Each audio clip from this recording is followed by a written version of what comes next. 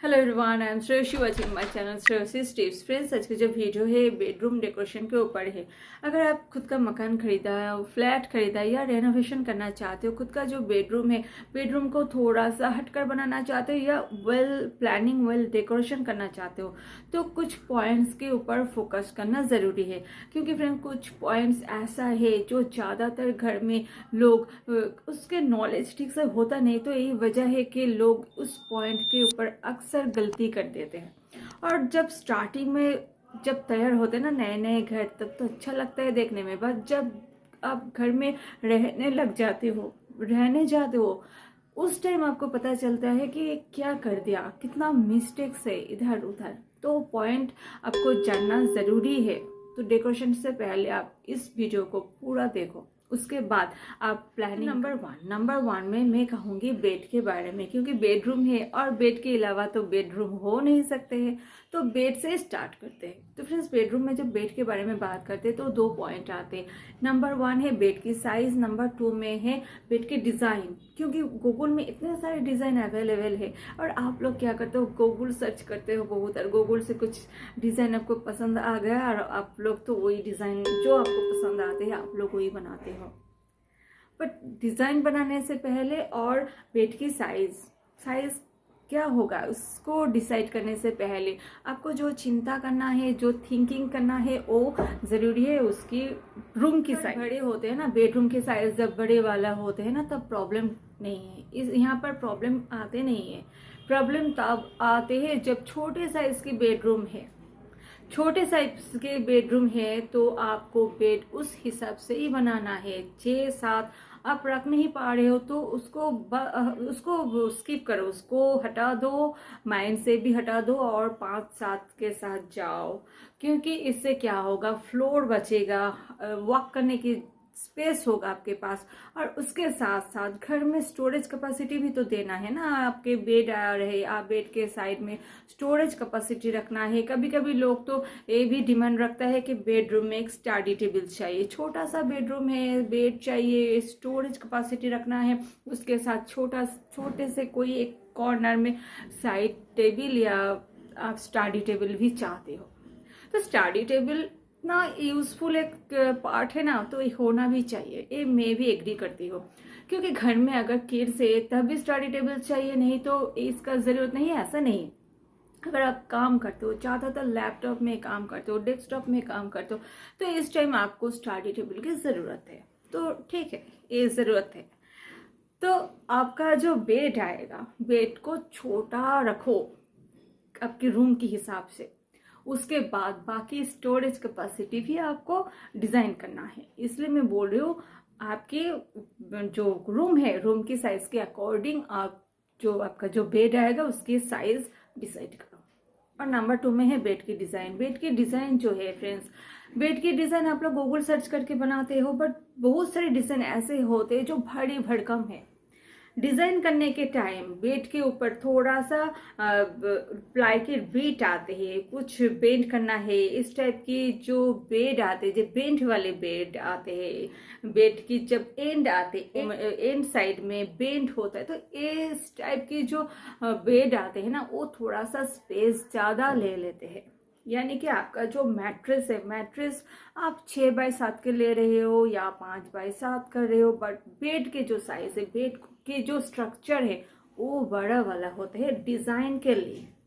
तो इस टाइप की डिज़ाइन आप मत चूज करो जब आपके बेडरूम छोटे साइज का है। अगर आपके बड़े साइज का बेडरूम है तो कोई बात नहीं, प्रॉब्लम नहीं है इधर। छोटे साइज के बेडरूम है तो आप बेड का जो डिज़ाइन होगा ना, सिंपल रखो, स्ट्रेट कर्व डिज़ाइन रखो। ये जो भरी भरकम सा डिज़ाइन को आप अवॉइड करो, क्योंकि इससे ज़्यादा स्पेस ले लेते हैं डिज़ाइन। बेड की डिज़ाइन में और एक पार्ट है फ्रेंड्स, बेड की हेडबोर्ड। ये जो बेड की हेडबोर्ड है फ्रेंड्स, ये गूगल में आज के दिन में ज़्यादा से ज़्यादा सीलिंग तक हेडबोर्ड दिखाई देते हैं, कितना सुंदर भी लगते देखने में। तो ये संभव है, मुमकिन है, अगर आपके घर रूम बेडरूम बड़े हैं तो ये ठीक है। बट छोटे वाले बेडरूम के लिए अब जितने बड़े साइज के हेडबोर्ड डिज़ाइन आप लोगे ना, तो जितना हड़ी भड़कम जो हेडबोर्ड आएगा, इससे क्या होगा, आपका जो बेडरूम का जो लुक्स है, बेडरूम थोड़ा सा छोटा लगेगा देखने में, नैरो साइज लगेगा देखने में। तो अगर आपके बेडरूम छोटा है तो आप मीडियम साइज, जो फ्लोर से 36 इंच का मेजरमेंट होता है, इस मेजरमेंट के साथ आपका जो हेडबोर्ड की एंड हो जाना चाहिए, यानी कि 36 इंच का आप हाइट लो, ये मीडियम साइज है। तो इस स्टैंडर्ड साइज के साथ जाओ तो ये बेटर है छोटे साइज बेडरूम के लिए।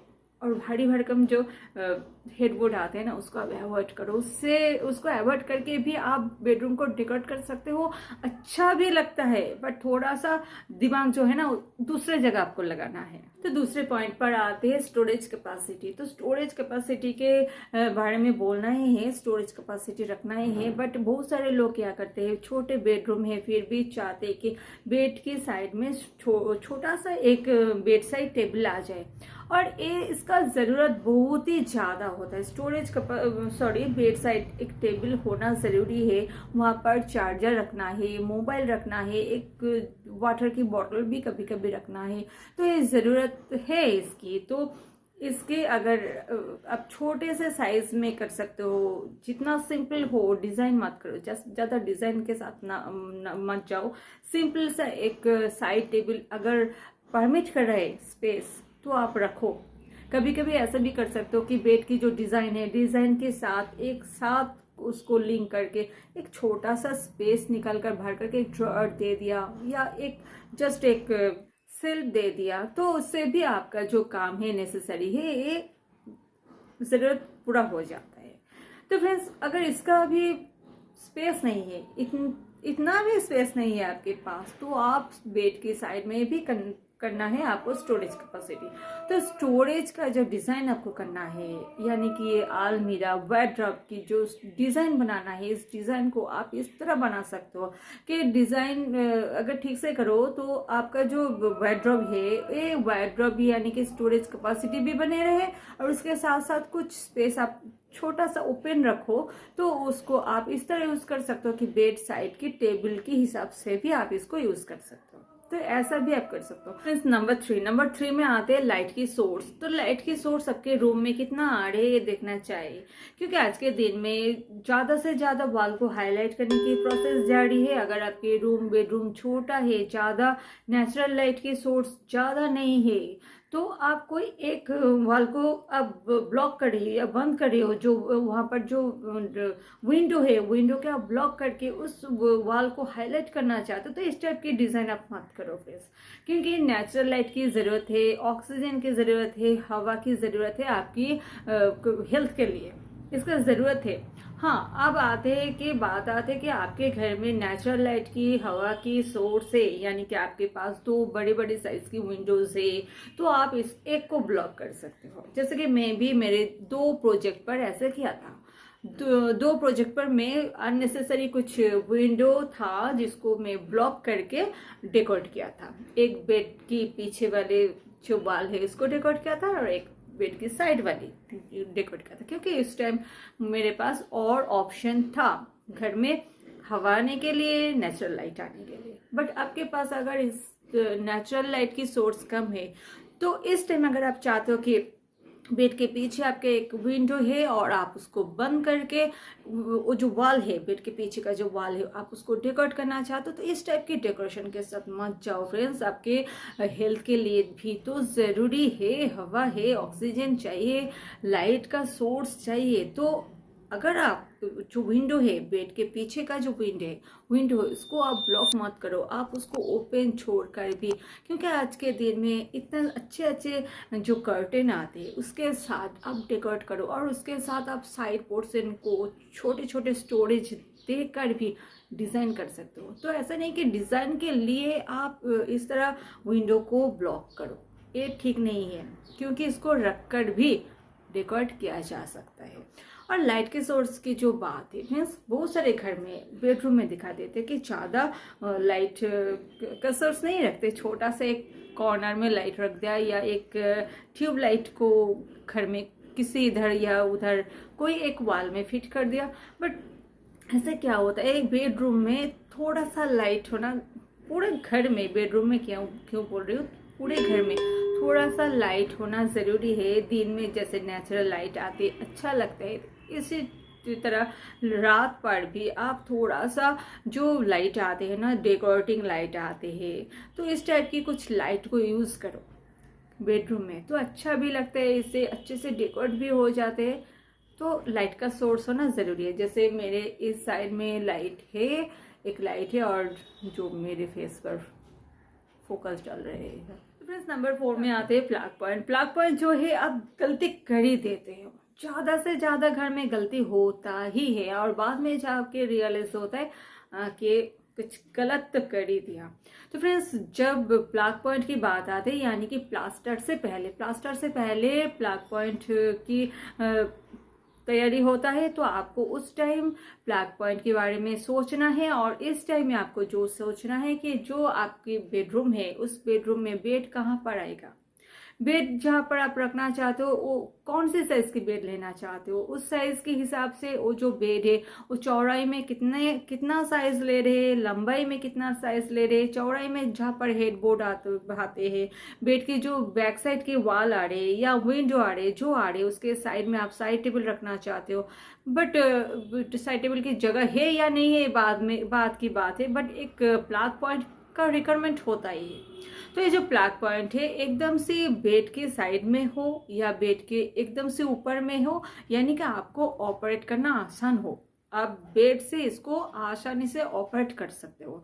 तो इसको मेजरमेंट करके ही आपको बेड के साइड में एक प्लग पॉइंट लेना है। ऐसा नहीं कि थोड़ा सा साइड में हो जाए, यहाँ पर आपका बेड है थोड़ा सा साइड में है, अगर आपके बेड से थोड़ा सा साइड में साइड टेबल है या आपका जो प्लग पॉइंट आते हैं, तो क्या है आपका जो आप जो चार्जर वगैरह रखना चाहते हो, जो भी आप रखना चाहते हो, उसका जो केबल है वो ज़्यादा दूर तक वो दिखेगा, सामने दिखेगा, वो क्लटर्ड लगता है देखने में, अच्छा नहीं लगता है देखने में। तो जितना ज़्यादा क्लोज होगा ना उतना अच्छा है, और इसके लिए प्रॉपर मेजरमेंट ज़रूरी है, इसके लिए पहले से प्लानिंग करना ज़रूरी है। उसके साथ साथ अगर आप चाहते हो बेडरूम में एक टीवी यूनिट रखना या वॉल में टीवी फिट करना, तो टीवी कौन से वॉल में आप रखना चाहते हो, उस वॉल में टीवी के एकदम से नीचे आपको देना है प्लग पॉइंट देना है।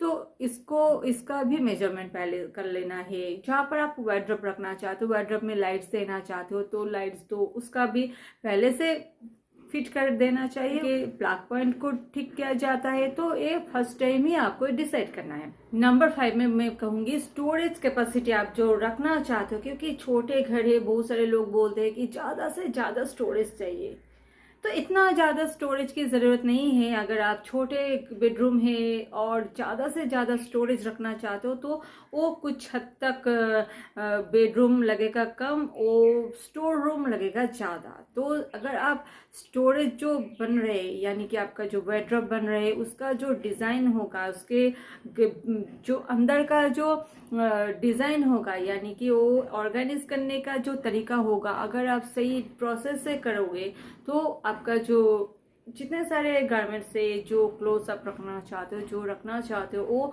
ठीक से ऑर्गेनाइज होगा। तो ज़्यादा से ज़्यादा स्टोरेज लेने की कोई ज़रूरत नहीं है। बहुत सारे लोग बेड के ऊपर भी स्टोरेज लेते, अच्छा नहीं लगते देखने में, बेड के एकदम से ऊपर में भारी भरकम से स्टोरेज आते। तो फ्रेंड्स, आज का वीडियो इतना ही। अगर अच्छा लगा है तो एक लाइक ज़रूर कर दीजिएगा फ्रेंड्स, और इसके साथ साथ और भी मेरे चैनल में आपको वीडियोस मिल जाएगा डेकोरेशन ओरिएंटेड, इंटीरियर डिज़ाइन की ओरिएंटेड, और इसके साथ साथ फ्रेंड्स ब्यूटी रिलेटेड कुछ वीडियोस भी मेरे चैनल में आते हैं। So friends, subscribe my channel. तो चलो मिलते हैं मेरे नेक्स्ट वीडियो के साथ, तब तक के लिए बाय बाय।